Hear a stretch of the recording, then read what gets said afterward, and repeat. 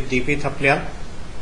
आज हम Indian economic development का चैप्टर 3 इकोनॉमिक रिफॉर्म सिंस 1991 में रिफॉर्म अंडर प्राइवेटाइजेशन, ये जो इकोनॉमिक रिफॉर्म सिंस 1991 का जो सेकेंड पार्ट पर आज हम डिस्कस करेंगे। इससे पहले हमने फर्स्ट पार्ट में लिबरलाइजेशन, जो फर्स्ट वीडियो था इस चैप्टर का, वो लिबरलाइजेशन का वीडियो था। सेकंड जो पार्ट है हमने इसमें प्राइवेटाइजेशन रखा हुआ है। तो आज हम बात करेंगे जो इकोनॉमिक रिफॉर्म हुए हैं, जो एलपीजी था हमारा, LPG liberalisation, privatisation and globalisation. तो हम सेकंड उस पर बात कर रहे हैं। पहला हमने लिबरलाइजेशन पर वीडियो आपके सामने रख लिया था, प्रीवियस जो पार्ट 1 था, और दूसरा अब है प्राइवेटाइजेशन। तो न्यू इकोनॉमिक पॉलिसीज में हमने प्राइवेटाइजेशन के लिए क्या किया। इससे पहले ये हमें पता है कि जो हमारी पॉलिसीज थी, जो हमारी इकोनॉमिक पॉलिसीज फ्रेम की गई थी, वो रिस्ट्रिक्शंस थे, उसमें बहुत सारे बैरियर्स थे कि हमारी इकोनॉमी आगे नहीं ग्रो कर पा रही थी, कॉम्पिटिटिवनेस नहीं रह गई थी हमारी इकोनॉमी में। इन सब चीजों को देखते हुए कुछ जगह हमें प्राइवेटाइजेशन करने की जरूरत पड़ी, और जो हमारे रूल थे, ऐसे रूल, जो ऐसे एक्ट, ऐसे नियम जो बने हुए थे जो कि हमारे इकोनॉमी के ग्रोथ एंड डेवलपमेंट में प्रॉब्लम क्रिएट कर रहे थे, उन सब चीजों को हटाया गया, रिमूव किया गया। और सेकंड जो हमने किया है वो क्या है, प्राइवेटाइजेशन।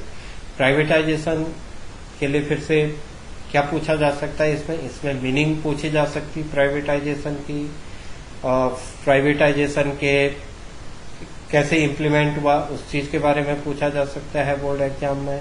और इसमें एमसीक्यूज बन सकते हैं, कोई एक सेंटेंस छोड़ करके कुछ चीजों को ले लिया जाए, या इसमें बहुत सारे हमारे पास नवरत्ना, मिनी रत्ना, महारत्ना, इनके एब्रीविएशन बना करके वो आगे पूछ सकता है, या पूछ सकता है कि नवरत्ना है या नहीं है, महारत्ना है कि नहीं है। इस टाइप से क्वेश्चन उसमें फ्रेम हो सकते हैं। तो ये भी फिर से ये वीडियो भी बोर्ड एग्जाम में पूछे जाने वाले क्वेश्चनों के हिसाब से इम्पोर्टेंट रह जाता है। 1 मार्क्स, 3 मार्क्स एंड 4 मार्क्स के लिए कोई भी उसके लिए पूछा जा सकता है। कितने भी मार्क्स के लिए 1, 3 एंड 4 में किसी भी कैटेगरी में क्वेश्चन पूछा जा सकता है। तो सबसे पहले privatisation. Privatisation means partial of the और फुल ओनरशिप, पार्शियल और full ownership and management of public sector enterprises by the private sector. It employ shedding of the ownership और management of government on enterprise. Privatisation में क्या किया गया, जो public sector में, public sector undertakings के लिए जो इंडस्ट्रीज को फिक्स कर लिया गया था कि इन्हें पब्लिक सेक्टर ही में खुलना है, उसे प्राइवेट करने का सिस्टम, उसकी ओनरशिप। अब ओनरशिप केवल पब्लिक सेक्टर की ही नहीं रहेगी, प्राइवेट सेक्टर के इंटरप्राइजेज भी अपनी ओनरशिप, अपने मालिकाना, अपने व्यवसाय में, अपने इंटरप्राइजेज को, अपनी इंडस्ट्रीज को इस्टेब्लिश कर सकते हैं। और उसी चीज को हमने प्राइवेटाइजेशन का, जो पहले क्या था, जिसका मैनेजमेंट गवर्नमेंट के पास था, जिसकी ओनरशिप गवर्नमेंट के पास थी, मैनेजमेंट एंड ओनरशिप क्या होगी, private as well as public sector. तो पब्लिक सेक्टर भी अगर ओनरशिप रखना चाहता है तो वो भी कंपटीशन में उसी ढंग से रहेगा जिस ढंग से प्राइवेट सेक्टर है। तो प्राइवेट सेक्टर की अपनी ओनरशिप एंड मैनेजमेंट के सिस्टम को इस्टेब्लिश करने के सिस्टम को हम प्राइवेटाइजेशन कहते हैं। तो 1991 में हमने प्राइवेटाइजेशन के सिस्टम को एडॉप्ट किया या शुरू किया। It may happen in 2 way. Privatisation कैसे लिया गया, 2 रास्तों से लिया गया। सबसे पहले तो किया गया outright of the government enterprises to the private enterprises. जो पहले गवर्नमेंट इंटरप्राइजेज के पास ओनरशिप होती थी, जो राइट्स होते थे, वो अब ट्रांसफर होकर के प्राइवेट सेक्टर के पास भी, प्राइवेट इंटरप्राइजेज के पास भी होने लग गए। और withdrawal of the government ownership and management the mixed inter. जब गवर्नमेंट के पास ओनरशिप होती थी उसे विथड्रॉल किया गया, उसे वापस लिया गया और अब मिक्स मैनेजमेंट हो गया। मिक्स्ड का मतलब होता है public sector as well as private sector जो भी काम करना चाहे वो अपनी ओनरशिप और अपने मैनेजमेंट के हिसाब से काम कर सकता है, आइदर पब्लिक सेक्टर और प्राइवेट सेक्टर। तो मिक्स्ड इंटरप्राइजेज हो गए, मिले जुले मिश्रित enterprises. It means public sector as well as private sector. पहले केवल पब्लिक सेक्टर की ही ओनरशिप एंड मैनेजमेंट रहता था, उसे विड्रॉल कर लिया गया और वो public as well as private sector दोनों के लिए ओपन कर दिया गया। तो ये दो चीजें रखी गई प्राइवेटाइजेशन के लिए। इन दो चीजों पर यही डेफिनेशन भी बन जाती है हमारी कि जो पब्लिक सेक्टर का ओनरशिप एंड मैनेजमेंट 1 मार्क्स में पूछा जाएगा कि प्राइवेटाइजेशन क्या है, तो ओनरशिप जो पब्लिक सेक्टर के पास थी और मैनेजमेंट जो पब्लिक सेक्टर के पास था उसे विड्रॉल करके वो public as well as private sector के मैनेजमेंट में रखा गया। उसी चीज को हम प्राइवेटाइजेशन करते हैं, या हम ये कह सकते हैं कि ownership and management private sector का भी यहाँ पर इस्टेब्लिश करने की परमिशन दी गई, या हम कहें कि उसे फ्री कर लिया गया। अब प्राइवेटाइजेशन में क्या क्या चीजें की गई? सबसे पहले तो किया गया डिसइन्वेस्टमेंट। डिसइन्वेस्टमेंट एक बहुत इंपॉर्टेंट टर्मिनोलॉजी है, 1 मार्क्स के लिए बोर्ड एग्जाम के हिसाब से अलग से डेफिनेशन में पूछा जा सकता है या किसी भी ढंग से इसे पूछा जा सकता है। जरूरी टॉपिक है इस चैप्टर का। तो डिसइन्वेस्टमेंट में जो कंपनीज के अपने शेयर्स होते हैं, जो कंपनी की अपने एसेट्स होती हैं, शेयर भी नहीं कहेंगे हम, एसेट्स होती हैं, तो अपने एसेट्स को क्या कर सकता है? सेल कर सकता है। तो एसेट्स को सेल करने को ही कंपनी की एसेट्स को सेल करने को हम डिसइन्वेस्टमेंट कहते हैं।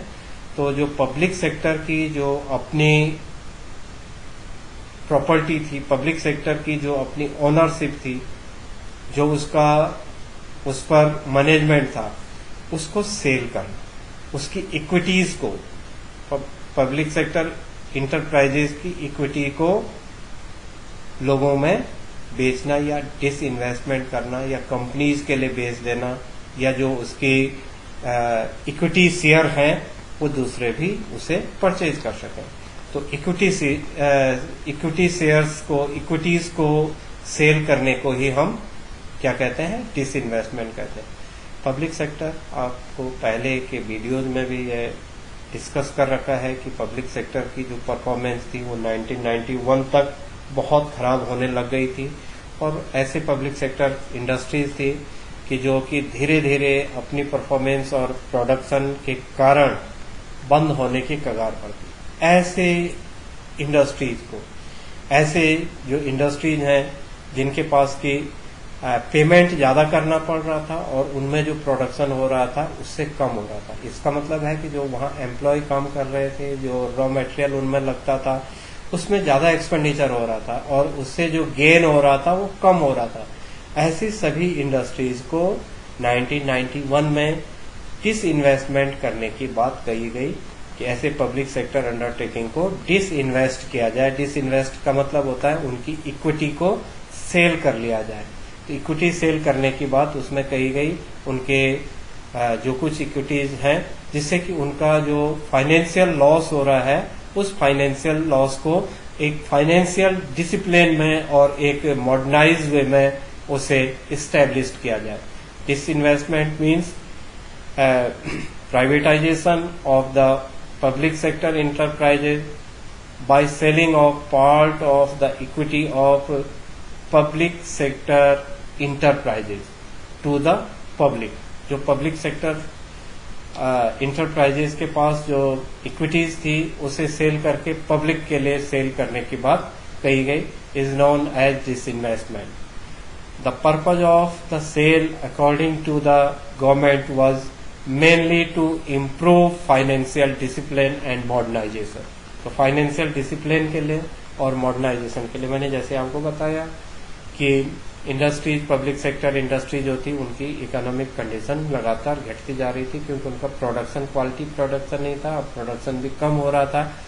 उनसे रिसीव कम हो रहा था और एक्सपेंडिचर ज़्यादा हो रहा था। तो ऐसी सभी जो पब्लिक सेक्टर में जो काम ढंग से नहीं कर पा रहे थे, जो बीमार उद्योग थे, जो इल इंडस्ट्रीज उन्हें बोला जाता है, बीमार उद्योग, तो जो पब्लिक सेक्टर की इल इंडस्ट्रीज थी, बीमार उद्योग थे, उनको उनके इक्विटीज को सेल करने को डिसइन्वेस्टमेंट कहा जाता है। तो उस समय प्राइवेटाइजेशन में डिसइन्वेस्टमेंट प्रोसेस को शुरू किया गया।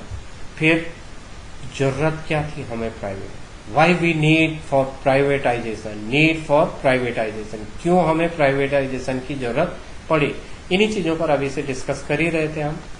सबसे पहले तो जो बात आ रही है उसे जिसे बार बार बोल रहे हैं हम, because of poor performance of public sector undertaking. जो पब्लिक सेक्टर्स में जितने भी इंडस्ट्रीज थी उनका जो परफॉर्मेंस था वो पुअर परफॉर्मेंस था, और कुछ ऑब्जर्वेशंस देखे गए पब्लिक सेक्टर में, क्यों उनका परफॉर्मेंस लगातार पुअर होता गया, उसकी हम यहाँ पर कुछ डिस्कस कर लेंगे कि ऐसा क्या कारण हुआ कि पब्लिक सेक्टर अंडरटेकिंग लगातार 1990 तक अपना जो उनका ऑब्जेक्टिव एंड गोल थे, चाहे एम्प्लॉयमेंट जनरेट करने का, चाहे क्वालिटी प्रोडक्शन का, चाहे ग्रोथ एंड डेवलपमेंट का, चाहे प्रोडक्टिविटी को इंक्रीज करने का, इन सभी फील्ड में पब्लिक सेक्टर अंडरटेकिंग फेल होती जा रही थी।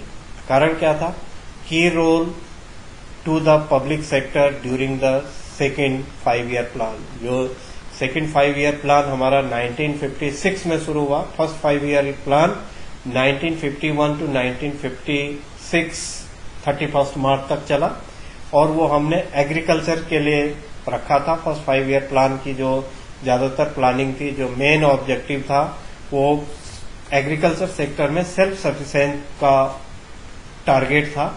और जो सेकेंड 5 ईयर प्लान हमारा 1956 से लेकर के 1961 तक चला, वो इंडस्ट्रियल ग्रोथ के लिए चलाया गया। पहला एग्रीकल्चर ग्रोथ के लिए था फर्स्ट 5 ईयर प्लान, और सेकेंड का जो मेन ऑब्जेक्टिव था वो इंडस्ट्रियल ग्रोथ था।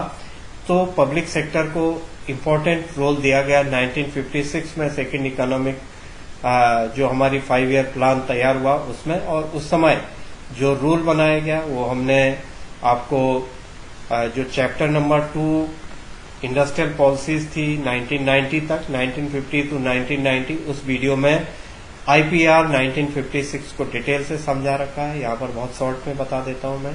तो अब आपको पता लग गया है कि पब्लिक सेक्टर अंडरटेकिंग की जो इम्पोर्टेंसी थी वो क्यों थी। इम्पोर्टेंसी इसलिए थी क्योंकि उन्हें की रोल दिया गया था सेकेंड 5 ईयर प्लान में 1956 में, और उसमें एक पॉलिसी बनाई गई थी आईपीआर, इंडस्ट्रियल पॉलिसी रेजुलेशन 1956। उसमें clearly state to significance of public sector in process of growth and development. तो उसमें जो सेंट्रल रोल दिया गया था वो पब्लिक सेक्टर को दिया गया था, और ये कहा गया था कि कंट्री के ग्रोथ एंड डेवलपमेंट के लिए पब्लिक सेक्टर की ही इम्पोर्टेंट कंट्रीब्यूशन होगा। प्राइवेट सेक्टर का कंट्रीब्यूशन उतना इम्पोर्टेंट नहीं होगा जितना पब्लिक सेक्टर का। तो इसलिए जो सेंट्रल रोल था वो पब्लिक सेक्टर को दिया गया और सेकेंडरी रोल प्राइवेट सेक्टर को दिया गया। It was on account of the spread of PSUs that the Indian economy underwent structural transformation। इससे जो कहा गया था कि इंडिया का जो स्ट्रक्चर है, जो हमारा इंफ्रास्ट्रक्चर है, जो प्रोडक्शन है, जो डेवलपमेंट है, जो ग्रोथ है, वो सब बढ़ेगी, बट ये सारी चीजें नहीं हो पाई। और क्या हुआ? Maintaining loss of PSUs become unstable. Economy में अनस्टेबिलिटी आई, अनसर्टेनिटी आई, क्योंकि वो लगातार लॉस को मेंटेन कर रहे थे। Public sector undertaking continuous loss में चल रहे थे, और कंट्री उससे जो डेवलपमेंट एंड ग्रोथ का जो हमारा short term and long term planning में ऑब्जेक्टिव था वो पूरा नहीं हो पा रहा था। इसलिए हमें प्राइवेटाइजेशन की जरूरत पड़ी कि जो पब्लिक सेक्टर का जो बेसिक रोल है, जो सेंट्रल रोल है, उस सेंट्रल रोल को खत्म करके private as well as public sector undertakings को, इंटरप्राइजेस को काम करने का मौका दिया जाए। In 1991 the government decide to phase out public enterprises by selling its equity to the private enterprise. अब यही बात हमने पहले पढ़ी है डिसइन्वेस्टमेंट में। डिसइन्वेस्टमेंट में हमने कहा था कि उनकी इक्विटी को सेल करना। अब इक्विटी क्या किया गया कि पब्लिक सेक्टर अंडरटेकिंग जो कि लगातार पुअर परफॉर्मेंस जिनका चल रहा था, जो सफर कर रहे थे, जो लॉस गेन कर रहे थे, ऐसे पब्लिक सेक्टर अंडरटेकिंग की जो इक्विटी थी वो प्राइवेट सेक्टर में सेल करने की बात की गई। It means disinvestment. तो पब्लिक सेक्टर की इक्विटी को डिसइन्वेस्ट करके प्राइवेट सेक्टर इंटरप्राइजेस को देने की बात कही गई। इसीलिए हमें प्राइवेटाइजेशन की जरूरत थी। In view of their efficient performance Navratna were to be relied to as PSU. अब हमने अभी तक तो बात की है कि ऐसे पीएसयू जो कि लगातार लॉस पर चल रहे थे, जो मेंटेन कर रहे थे लॉस को, उन सब की इक्विटीज को सेल करके प्राइवेट सेक्टर को उनकी इक्विटी सेल कर ली गई और अब उनकी ओनरशिप या तो फुल प्राइवेट के पास चला गया या पार्शियली प्राइवेट सेक्टर के पास चले गए। या तो फुल ओनरशिप पूरी की पूरी इक्विटीज को सेल करके उसे पूरा हटा दिया गया, या डिसइन्वेस्टमेंट ऐसा किया गया कि कुछ हिस्से, कुछ इक्विटी उसकी पब्लिक सेक्टर की, कुछ इक्विटी प्राइवेट सेक्टर को दे दी गई और उस इंडस्ट्रीज को, उस इंटरप्राइजेज को, उस प्लांट को public as well as private sector दोनों की ओनरशिप में उसे चलाया गया। और उसी को हम डिसइन्वेस्टमेंट भी बोल रहे हैं और उसी को हम management and ownership, mixed management and ownership mix करके public as well as private sector करके किया गया। अब इसलिए हमें प्राइवेटाइजेशन की जरूरत थी। अब इसके अलावा कुछ ऐसी इंडस्ट्रीज थी जो पब्लिक सेक्टर की, जो बहुत अच्छा परफॉर्मेंस दे रही थी।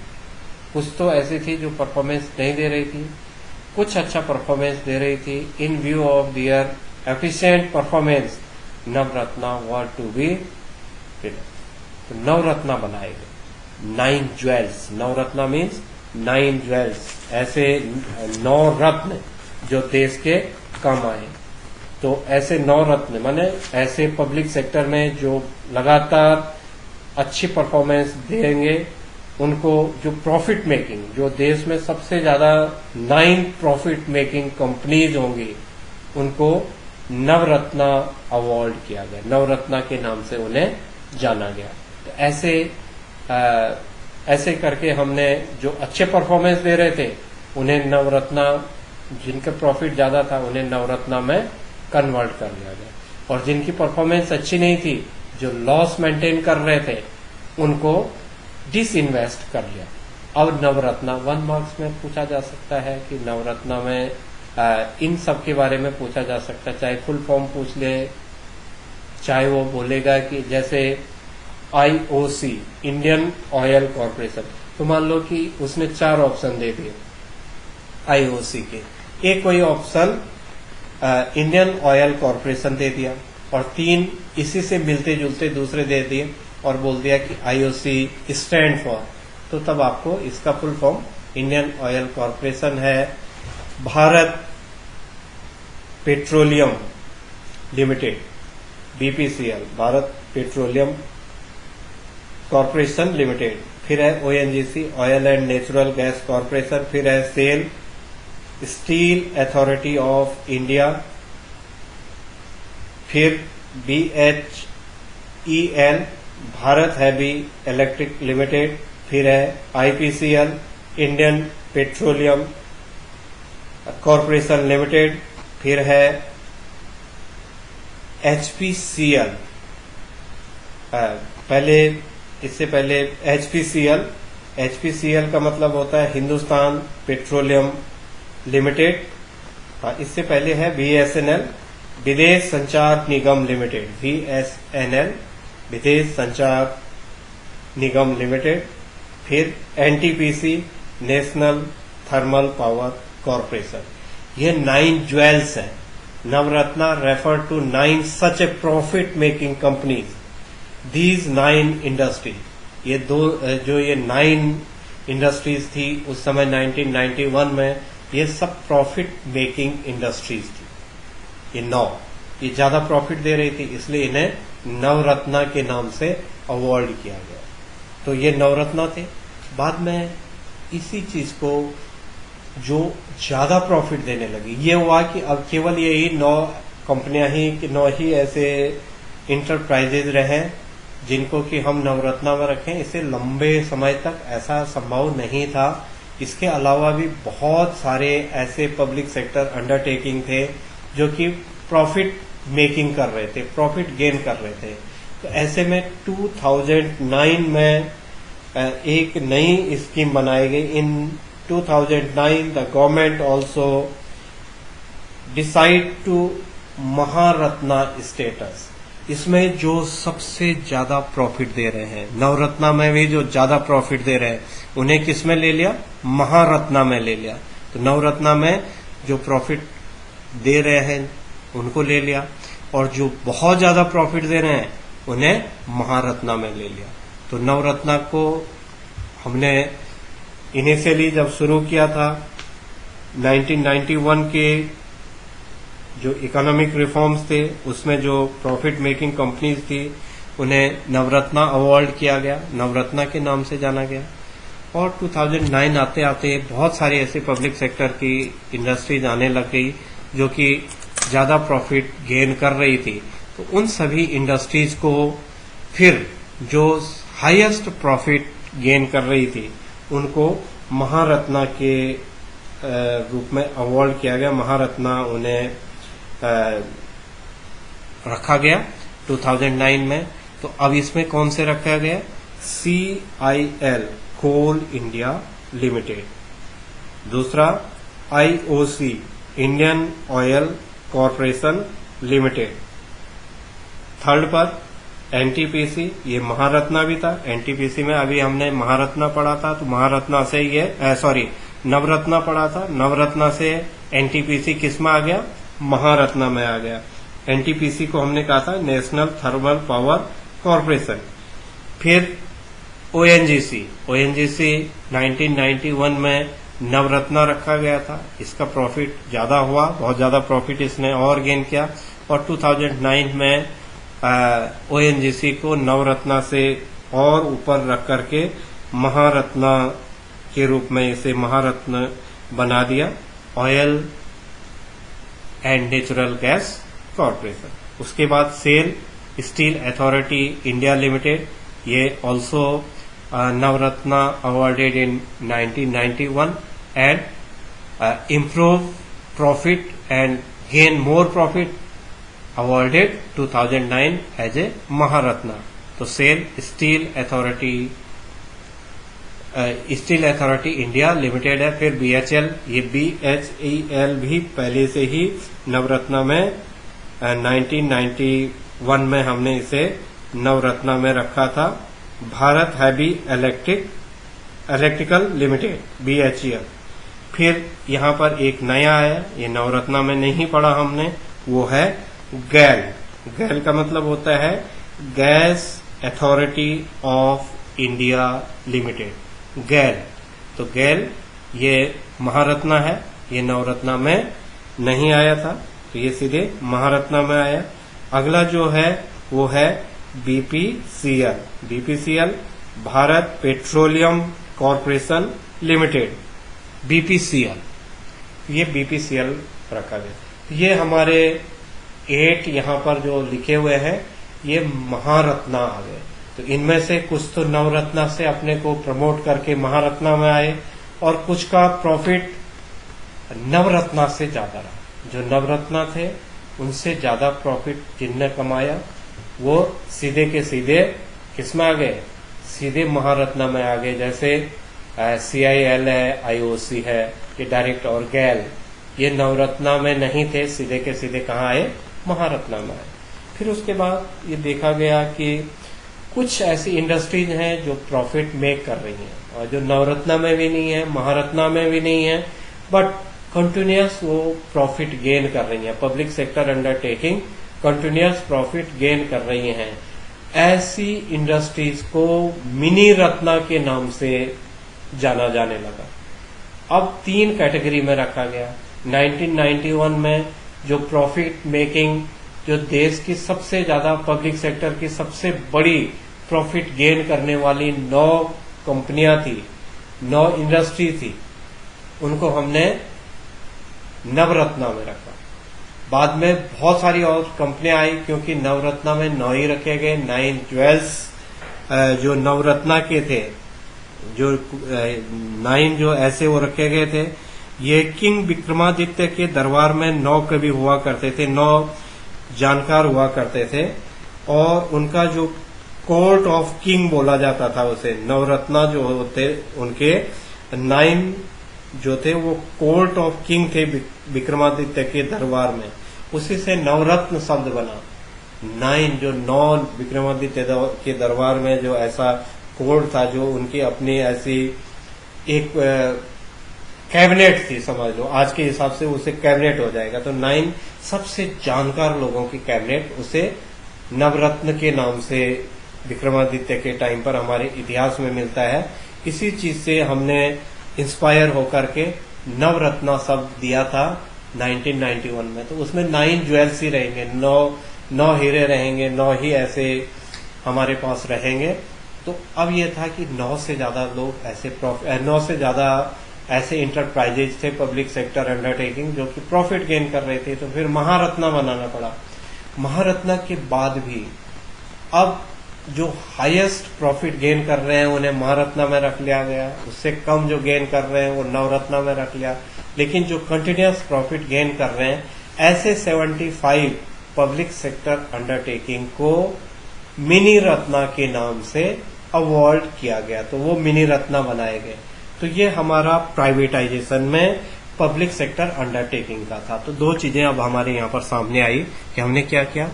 प्राइवेटाइजेशन तो किया, हमारी इकोनॉमी मिक्स्ड इकोनॉमी है, तो ये पब्लिक सेक्टर में भी चल रही है, प्राइवेट सेक्टर में भी चल रही है।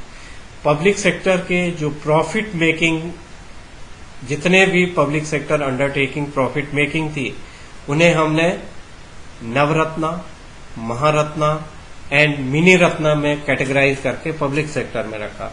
और ऐसी इंडस्ट्रीज पब्लिक सेक्टर की जो 1991 में लॉस में चल रही थी, ऐसी इंडस्ट्रीज की इक्विटी को सेल किया गया, इट मींस डिसइन्वेस्टमेंट किया गया। तो 2 चीजें प्राइवेटाइजेशन में की गई।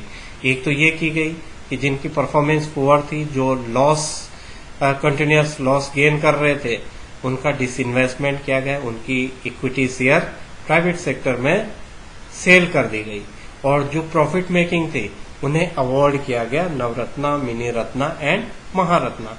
तो ये हमारा प्राइवेटाइजेशन का एक स्ट्रक्चर हम कह सकते हैं कि 1991 से लेकर के अभी तक जो हमारा प्राइवेटाइजेशन का स्ट्रक्चर था वो इस टाइप से। अब आ जाता है कि जो ये प्राइवेटाइजेशन किया गया, इट मीन्स प्राइवेटाइजेशन में 2 बड़ी बातें हमारे पास आई। जो पब्लिक सेक्टर अंडरटेकिंग जो अच्छा काम कर रहे हैं, उन्हें नवरत्ना, महारत्ना एंड मिनी रत्ना में रखा गया, और जो अच्छा काम नहीं कर रहे हैं उनके डिसइन्वेस्टमेंट किया गया, उनकी इक्विटी प्राइवेट सेक्टर में सेल कर दी गई। अब इसके पॉजिटिव एंड नेगेटिव इम्पैक्ट क्या होंगे, हम इसका क्रिटिकल एनालिसिस करते हैं कि अच्छाई क्या रही होगी, प्राइवेटाइजेशन की अच्छाई क्या है और प्राइवेटाइजेशन की बुराई क्या है। हर जो पॉलिसी चलाई जाती है एट द टाइम ऑफ, जब उसे इम्प्लीमेंट किया जाता है, at the time of implement वो पॉलिसी अच्छी होती है, लेकिन फ्यूचर में जाकर के उसके ऐसे कुछ कॉन्सिक्वेंसेज हो जाते हैं, ऐसी कुछ प्रॉब्लम आ जाती हैं कि उसकी डिमेरिट्स भी होनी शुरू हो जाती हैं। तो इसीलिए हम इसका क्रिटिकल एनालिसिस करते हुए सबसे पहले पॉजिटिव इम्पैक्ट पर बात करते हैं। तो सबसे पहले अच्छी क्या चीज रही होगी प्राइवेटाइजेशन की, तो प्राइवेटाइजेशन का जो अच्छी बात रही, improve the efficiency of management. जो मैनेजमेंट की एफिशिएंसी है, जो ओनरशिप, जो पब्लिक सेक्टर की मैनेजमेंट एफिशिएंसी कम होती जा रही थी, प्रोडक्शन लगातार घटता जा रहा था, और लॉस हो रहा था, वो एफिशिएंसी बढ़ी क्योंकि कंपटीशन बढ़ा, कॉम्पिटिटिवनेस बढ़ी। वही प्रोडक्ट प्राइवेट सेक्टर में हो रहा था, वही प्रोडक्ट पब्लिक सेक्टर में हो रहा था, तो दोनों सेक्टर में होने के कारण कंपटीशन बढ़ा और कंपटीशन बढ़ने से एफिशिएंसी भी बढ़ी। फिर है फाइनेंशियल डिसिप्लिन, लगातार लॉस हो रहा था, वो लॉस को कैसे करके सॉल्ट आउट किया जाए कि जो लॉस हो रहा था उसे प्रॉफिट में कन्वर्ट किया जाए। लगातार होने वाले लॉस वाली इंडस्ट्रीज को डिसइन्वेस्टमेंट करके एक फाइनेंशियल डिसिप्लिन लाया गया।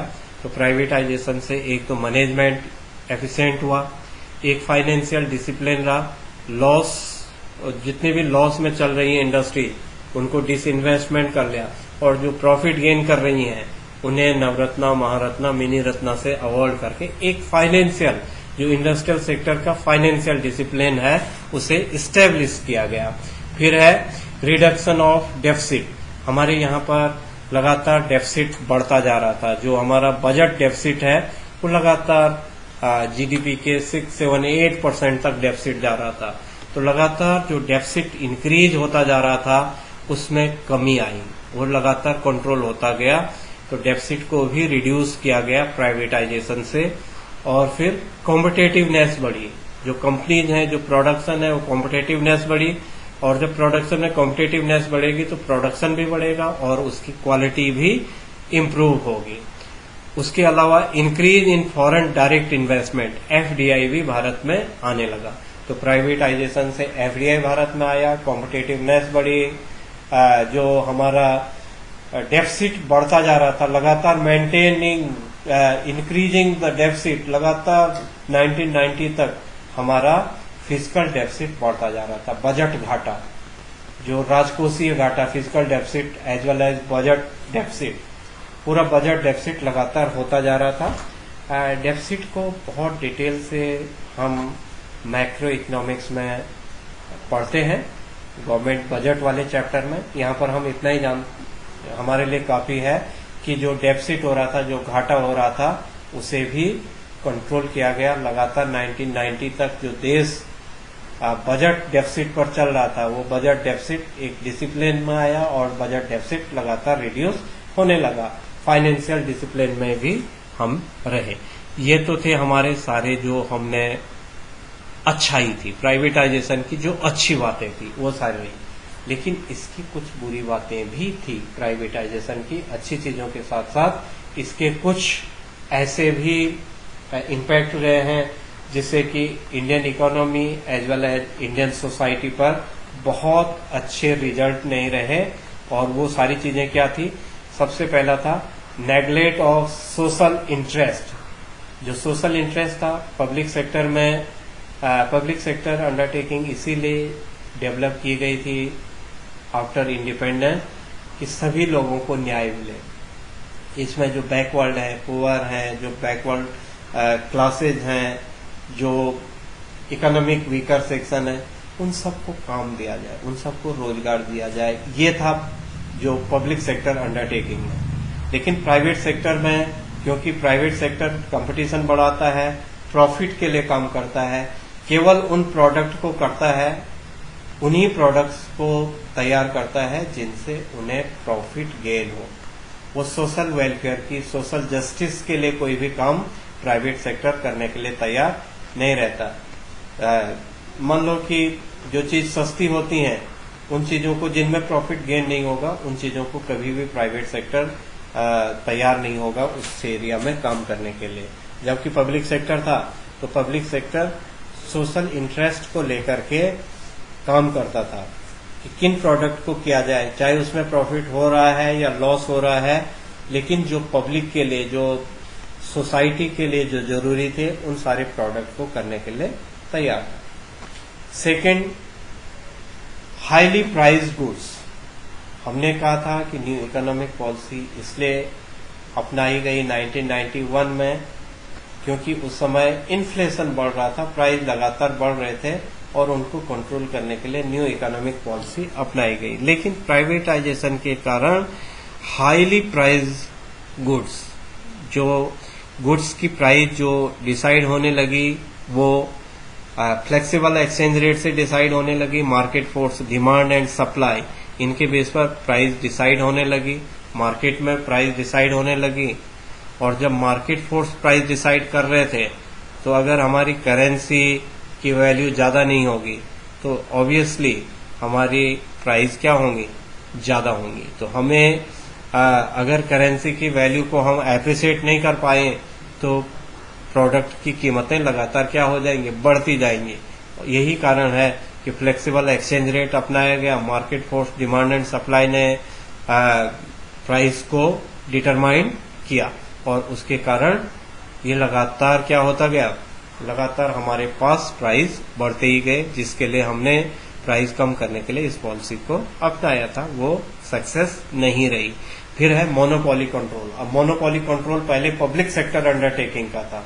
पहले ये पॉइंट हम पब्लिक सेक्टर अंडरटेकिंग के लिए पढ़ते थे कि मोनोपोली कंट्रोल हो गया था पब्लिक सेक्टर अंडरटेकिंग का, इसीलिए वो लगातार पुअर परफॉर्मेंस दे रही थी। लेकिन यहाँ पर मोनोपोली कंट्रोल जो आया है वो आया है एमएनसीज के लिए। जो मल्टीनेशनल कंपनीज थी उनका मोनोपोली कंट्रोल हो गया था इंडियन इकोनॉमी पर और वो अपने हिसाब से प्रोडक्शन को तैयार कर रहे थे। तो मोनोपोली कंट्रोल बढ़ गया था एमएनसीज का। अपनी जो हमारी डोमेस्टिक इंडस्ट्रीज थी, जो पब्लिक सेक्टर इंडस्ट्रीज थी, उनका कंट्रोल धीरे धीरे प्राइवेटाइजेशन के कारण कम होता गया और जो बाहर जो बहुराष्ट्रीय कंपनियां, मल्टीनेशनल कंपनी, बहुराष्ट्रीय कंपनियां जो विभिन्न देशों की कंपनीज हैं, उनका प्रोडक्ट भारत में ज्यादा बिकने लगा, उनका लगातार मोनोपोली होने लग गई कंट्री में, उन्हीं के प्रोडक्ट्स की ज्यादा डिमांड होने लग गई। तो एमएनसीज की मोनोपोली बढ़ी और जो फाइनली जो सबसे बड़ा इसका ड्रॉबैक रहा वो ये रहा कि जो एम्प्लॉयमेंट, फुल एम्प्लॉयमेंट के लिए हमने न्यू इकोनॉमिक पॉलिसी को अपनाया था। हमारे जो प्लानिंग के ऑब्जेक्टिव थे, लॉन्ग टर्म प्लानिंग के जो ऑब्जेक्टिव थे, उसमें भी हमने employment and poverty, employment generate करने के लिए और पॉवर्टी को खत्म करने के लिए बहुत सारी स्कीमें बनाई, वो बहुत ज्यादा सक्सेस नहीं रही। फिर हमने न्यू इकोनॉमिक पॉलिसी अपनाई। न्यू इकोनॉमिक पॉलिसी में एलपीजी को हमने इंट्रोड्यूस किया, लेकिन जो प्राइवेटाइजेशन किया गया उससे भी एम्प्लॉयमेंट को इंक्रीज नहीं किया गया। यहाँ पर जो लेबर इंटेंसिव टेक्निक्स थी उसकी जगह पर कैपिटल इंटेंसिव टेक्निक्स आने लगी। प्रोडक्शन तो बढ़ा बट जॉबलेस ग्रोथ हुई, जॉबलेस ग्रोथ, जॉब नहीं रहा, ग्रोथ तो हुई बट जॉबलेस ग्रोथ हुई। और जब जॉबलेस ग्रोथ होती है तो एम्प्लॉयमेंट नहीं बढ़ता है। तो ये हमारे प्राइवेटाइजेशन के लॉस रहे। अब जो हमारा अगला जो वीडियो आएगा, आज इस वीडियो को हम यहीं पर खत्म कर रहे हैं। Thank you for watching this video. ये पार्ट 2 था। अब पार्ट 3 का जो वीडियो आएगा वो वीडियो होगा हमारा एलपीजी, तो लिबरलाइजेशन प्राइवेटाइजेशन का आ गया। अब हमारा थर्ड वीडियो जो होगा वो ग्लोबलाइजेशन का होगा। तो